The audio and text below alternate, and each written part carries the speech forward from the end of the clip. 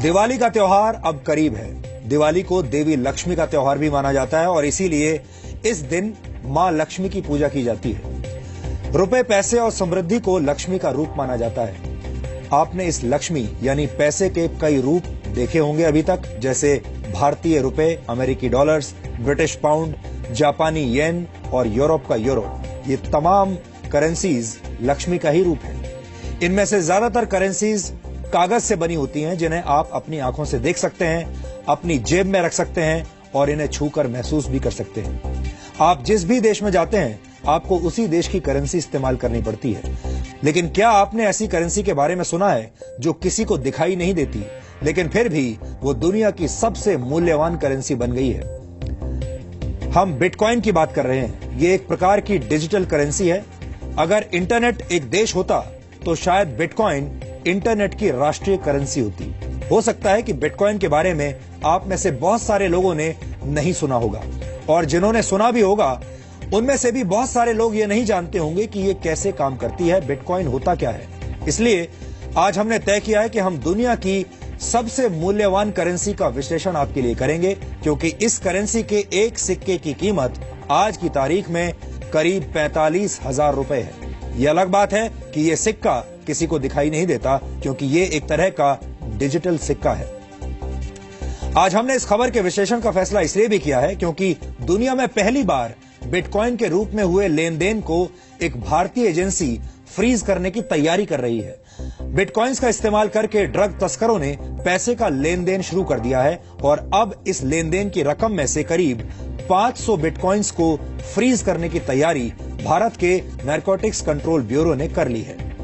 हम आपको बता दें कि एक बिटकॉइन की आज की कीमत 45,000 रुपए है। इस हिसाब से जब्त की जाने वाली रकम होगी करीब 2 करोड़ 25 लाख रुपए। आप ये जानना चाह रहे होंगे कि आखिर ये बिटकॉइन है क्या, ये कैसे काम करता है और क्यों दुनिया भर के लोग बिटकॉइंस खरीदना चाहते हैं। हम इन सभी सवालों के जवाब आज आपको देंगे। बिटकॉइन दुनिया की पहली डिसेंट्रलाइज्ड क्रिप्टो करेंसी है, जो खास तौर पर डिजिटल दुनिया के लिए बनाई गई है। बिटकॉइन का इस्तेमाल पूरी दुनिया में कभी भी और कहीं भी किया जा सकता है। बिटकॉइन के जरिए कोई भी व्यक्ति दुनिया में किसी भी दूसरे व्यक्ति को रकम भेज सकता है, पैसा भेज सकता है। और सबसे बड़ी बात यह है कि इसके लिए किसी बैंक या थर्ड पार्टी एजेंसी की मदद नहीं लेनी पड़ती। यानी आप जो भी पैसा किसी को भेजना चाहते हैं, उस पैसे को सीधे अपने बिटकॉइन वॉलेट से दूसरे व्यक्ति के बिटकॉइन वॉलेट में ट्रांसफर कर सकते हैं। इस तरह से पैसा ट्रांसफर करने पर आपको सिर्फ 2.5 सेंट यानी करीब 1 रुपए 67 पैसे की फीस देनी होती है, जो कि बहुत ही कम है, मामूली है। दुनिया भर में इस वक्त लाखों लोग साधारण करेंसी की जगह बिटकॉइन का इस्तेमाल कर रहे हैं। अभी दुनिया में पैसों के कानूनी लेन देन के लिए बैंक्स का इस्तेमाल करना पड़ता है। यहां तक कि किसी देश में कितनी करेंसी का सर्कुलेशन होगा, ये भी बैंक और वहां की सरकारें तय करती हैं। लेकिन बिटकॉइन एक ऐसी व्यवस्था है जिस पर किसी एजेंसी, बैंक या सरकार का नियंत्रण नहीं है। बिटकॉइन के तहत लेन देन सीधे 2 लोगों के बीच होता है। ये लेन देन, आर्थिक लेन देन, पूरी तरह से एनक्रिप्टेड होता है, यानी ये पैसों के लेन देन का एक सुरक्षित और सुपर फास्ट तरीका है।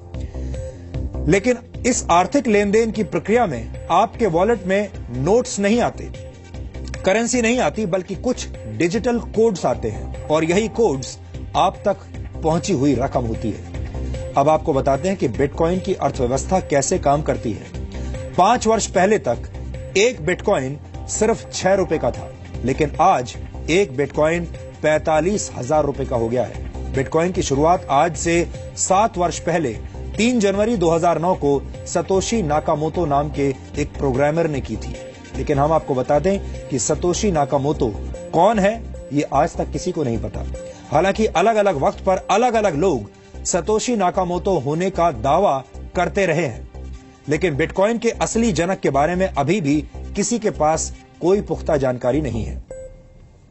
सतोशी नाकामोतो ने जब बिटकॉइन की शुरुआत की थी, तब उनका मकसद इसे करेंसी में बदलना नहीं था, बल्कि ऐसा सिर्फ ये साबित करने के लिए किया गया था कि बिना किसी थर्ड पार्टी की मदद के भी आर्थिक लेन देन किया जा सकता है, यानी ये सीधे 2 लोगों के बीच भी संभव है। 22 मई 2010 को पहली बार एक पिज्जा के बदले 10,000 बिटकॉइन देने की पेशकश की गई थी। यानी तब एक बिटकॉइन की कीमत सिर्फ 10 सेंट थी या 10 सेंट से भी कम थी। लेकिन आज बिटकॉइन की कीमत कई हजार गुना बढ़ चुकी है। बिटकॉइन के प्रचलन में आने के बाद ज्यादा से ज्यादा लोग अब इसे खरीदने की कोशिश करने लगे हैं और बिटकॉइन की कीमत लगातार बढ़ती जा रही है।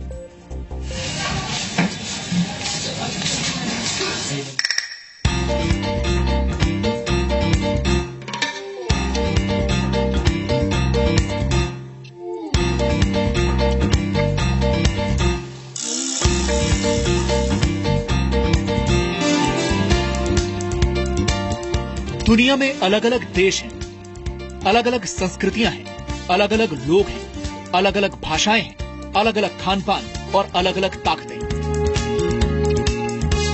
लेकिन पूरी दुनिया में एक चीज ऐसी है जो आपस में सबको जोड़ती है और वो चीज है पैसा।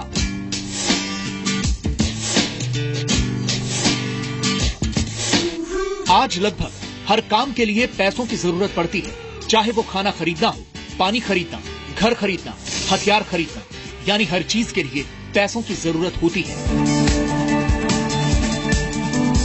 कई लोगों की जिंदगी इस पैसे को कमाने के चक्कर में खर्च हो जाती है। पैसे के लिए लोग मेहनत करते हैं, संघर्ष करते हैं, अपराध करते हैं और यहाँ तक कि लोगों का खून भी कर देते हैं। लेकिन क्या आपने कभी सोचा है कि ये पैसे, ये करेंसी और कागज का वो टुकड़ा जिसे हम नोट कहते हैं, असल में है क्या?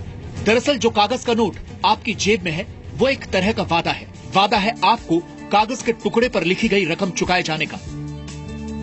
जब आप ये नोट किसी दुकानदार को देते हैं तो वादे का ये कागज उसके पास पहुंच जाता है और वो दुकानदार बदले में आपको सामान दे देता है। यानी कागज के इस नोट का पूरा मूल्य सिर्फ वो वादा है जो आपसे रिजर्व बैंक ऑफ इंडिया ने किया है। लेकिन जब कागज के यही नोट आप बैंक में जमा करवाते हैं तो बैंक उसमें से एक बड़ी रकम दूसरे लोगों को उधार दे देता है, जबकि आपके अकाउंट में आप अपनी जमा की गई रकम देख पा रहे होते हैं। हालांकि असलियत में वो रकम वहां होती नहीं है। उधार लेने वाला व्यक्ति उसी पैसे से सामान खरीदता है और वो पैसा एक बार फिर बैंक में पहुंचता है। बैंक उस पैसे को फिर उधार के तौर पर दे देता है और उस पर ब्याज भी वसूलता है। इस तरह से कागज के टुकड़े पर किया गया वादा अर्थव्यवस्था का सबसे बड़ा वादा बन जाता है। सच यह है कि अगर 3% लोग भी बैंकों में जमा अपना पैसा एक साथ वापस मांग लें तो बैंकों के पास देने के लिए कैश होगा ही नहीं, क्योंकि वो कैश यानी आपके द्वारा बैंक को सौंपे गए नोट एक बड़ी अर्थव्यवस्था का हिस्सा बन गए हैं। और इस पूरी अर्थव्यवस्था पर नियंत्रण है सरकारों का और बैंकों का। यानी सरकार और बैंक के स्तर पर अगर कोई गड़बड़ हो जाए तो आपका पूरा पैसा डूब सकता है। लेकिन बिटकॉइन इसी खतरे और बैंकों और सरकार के इसी नियंत्रण को दूर करने की कोशिश है। बिटकॉइन एक डिजिटल करेंसी है और एक सॉफ्टवेयर है। बिटकॉइन इंटरनेट की दुनिया से जुड़े कंप्यूटर्स के जरिए पेमेंट का नया तरीका है। बिटकॉइन एक ऐसी डिजिटल करेंसी है जो ओपन सोर्स सॉफ्टवेयर पर आधारित है, जिसका आविष्कार सतोशी नाकामोटो ने किया था।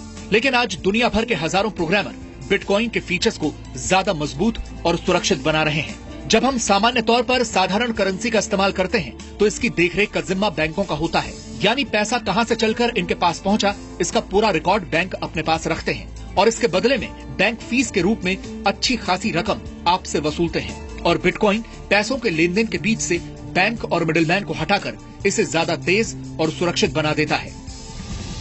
अब सवाल यह है कि एक डिजिटल करेंसी के साथ तो काफी छेड़छाड़ की जा सकती है या फिर फिल्मों की तरह इसकी पायरेसी भी हो सकती है। तो इसका जवाब है कि ऐसा संभव नहीं है, क्योंकि सतोशी नाकामोटो के आविष्कार की खासियत यह है कि बिटकॉइन आम लोगों के बीच बंटे ब्लॉकचेन में भेजा जाता है। जैसे बैंक आपके पैसे का हिसाब प्लस और माइनस में रखते हैं, वैसे ही ब्लॉकचेन में हर एक बिटकॉइन का हिसाब रखा जाता है। यानी दुनिया में कहीं भी और कभी भी हुए किसी भी बिटकॉइन ट्रांजैक्शन का हिसाब हमेशा ब्लॉकचेन में मौजूद रहता है। और इस ब्लॉकचेन को सुरक्षित रखने वाले लोगों को भी लेन देन पर नजर रखने के लिए, ब्लॉकचेन को सुरक्षित रखने के लिए इनाम के तौर पर बिटकॉइन दिए जाते हैं, क्योंकि हर ट्रांजैक्शन को वेरीफाई किया जाता है और नेटवर्क इसका रिकॉर्ड रखता है। इसलिए इसमें धांधली नहीं की जा सकती। असीमित पैसा घोटालों को जन्म देता है, स्कैम्स को जन्म देता है और आर्थिक मंदी की वजह भी बनता है। किसी को नहीं पता कि इस वक्त दुनिया में कितने डॉलर्स हैं, लेकिन अगले 125 वर्षों के दौरान बनने वाले बिटकॉइंस की संख्या अभी से निर्धारित है। बैंक कई ऐसे लोगों को पैसे भी उधार देते हैं जिनका इरादा ये पैसे वापस करने का नहीं होता। ये लोग या तो खुद को दिवालिया घोषित कर देते हैं या देश छोड़कर चले जाते हैं और इसका खामियाजा आम आदमी को ही भुगतना पड़ता है। लेकिन डिजिटल करेंसी पर किसी सरकार या बैंक का नियंत्रण नहीं होता। ये एक ऐसी कंप्यूटर कोडिंग है जिसके साथ घोटाला भी नहीं किया जा सकता। ये नया ट्रेंड है और देखिए आने वाले समय डिजिटल वर्चुअल करेंसीज का होने वाला है। बिटकॉइंस क्योंकि सर्वप्रमुख डिजिटल करेंसी है, लिहाजा उसकी लोकप्रियता और उसका प्रचलन और बढ़ चुका है। बिटकॉइन का सबसे ज्यादा इस्तेमाल रेमिटेंसेस के क्षेत्र में बढ़ रहा है। रेमिटेंसेस उस रकम को कहते हैं जो विदेश में काम करने वाले लोग अपने मूल देश में भेजते हैं। आपको बता दें कि रेमिटेंसेस हासिल करने के मामले में भारत दुनिया का नंबर 1 देश है। देश से बाहर रहने वाले भारतीयों ने 2015 में 4,62,000 करोड़ रुपए की रकम भारत भेजी थी। आमतौर पर यह रकम बैंक के जरिए या मनी ट्रांसफर एजेंसियों के जरिए भेजी जाती है और बैंक्स और एजेंसीज रकम ट्रांसफर करने के लिए 5% से 30% की फीस वसूलते हैं। पूरी दुनिया में मनी ट्रांसफर पर औसतन 10% का चार्ज लगता है, यानी जो रकम हर साल भारत से बाहर रहने वाले भारतीय अपने घरों में भेजते हैं, उसमें से औसतन 46,000 करोड़ रुपए इस फीस के रूप में चुकाए जाते हैं। ये बहुत ही सेंसिटिव चीज है और बहुत ही सेंसिटिव चीजों पे इस्तेमाल होता है, तो इसलिए इसकी जो मैकेनिज्म है और जो लोग इसको हैंडल करते हैं वो हाईली सोफिस्टिकेटेड संस्थाएं होते हैं।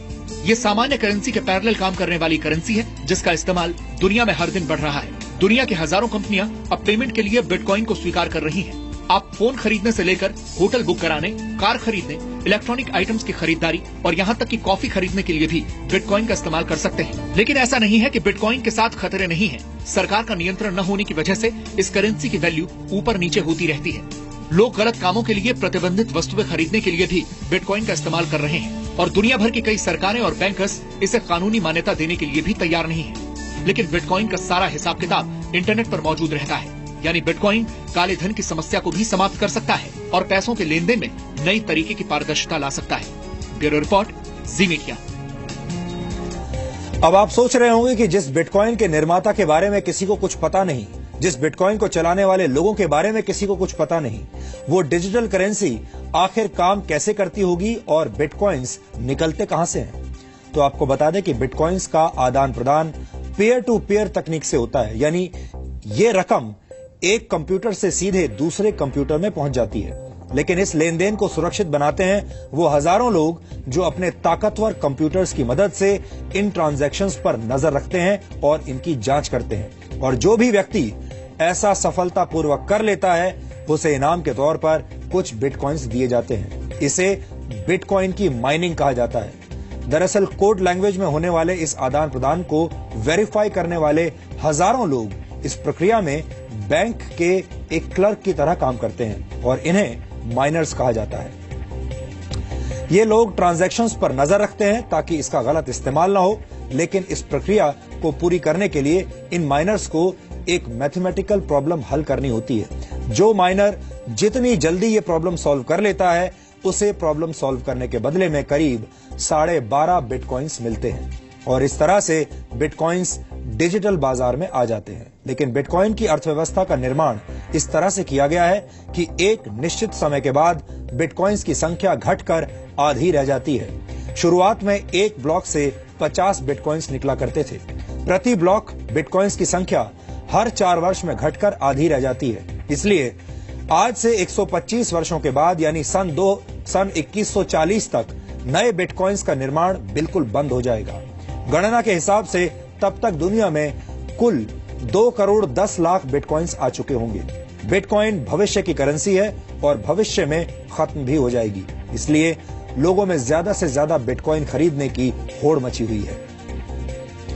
अगर आपको अब भी ये बात समझ में ना आई हो तो आपको एक उदाहरण की मदद से समझाते हैं। मान लीजिए कि इस महीने भारी मात्रा में सोने यानी गोल्ड की खुदाई की गई हो और उसे सामान्य कीमत पर लोगों में बांट दिया गया। लेकिन अगले महीने सोने की खुदाई आधी रह गई, जबकि खरीदने वाले लोगों की संख्या पहले जैसी ही है। तो ऐसे में सोने की कीमत बढ़ जाएगी और अगर हर महीने ऐसा होता रहे तो सोचिए सोने की कीमत कितनी हो जाएगी। बिटकॉइन की अर्थव्यवस्था भी ऐसे ही काम करती है। लोगों को पता है कि बिटकॉइंस की संख्या लगातार कम होती जा रही है, इसलिए इसकी कीमत लगातार बढ़ती जा रही है। ये डिमांड और सप्लाई का सामान्य फॉर्मूला है। सप्लाई जितनी कम होगी, डिमांड उतनी ही ज्यादा बढ़ेगी। भारत में सन 2015 में एक बिटकॉइन की कीमत 14,000 रुपए थी, जबकि मई 2016 में यह बढ़कर 30,000 रुपए प्रति बिटकॉइन हो गई और आज के रेट के हिसाब से एक बिटकॉइन की कीमत करीब 45,000 रुपए है। एक अनुमान के मुताबिक सन 2018 तक एक बिटकॉइन की कीमत करीब $10,000 तक जा सकती है, यानी आज के करेंसी रेट के हिसाब से 6,68,000 रुपए। दुनिया की बड़ी बड़ी कंपनियां बिटकॉइन की व्यवस्था में निवेश कर रही हैं, क्योंकि ज्यादातर लोग मानते हैं कि बिटकॉइन भविष्य की अर्थव्यवस्था है और आगे चलकर आज के नोटों की अहमियत कम हो जाएगी। इस वक्त दुनिया में करीब 800 करोड़ मोबाइल फोन्स हैं, जबकि दुनिया की आबादी 700 करोड़ है। इसके उलट अभी भी दुनिया में 200 करोड़ लोग ऐसे हैं जिनके पास कोई बैंक अकाउंट नहीं है, यानी वो सभी लोग जिनके पास मोबाइल फोन्स हैं अगर बिटकॉइन का इस्तेमाल करने लगे तो ये दुनिया की सबसे बड़ी बैंकिंग प्रणाली बन जाएगी, और वो भी एक ऐसी बैंकिंग प्रणाली जिसमें किसी भी सरकार या किसी वित्तीय संस्थान का दखल नहीं होगा।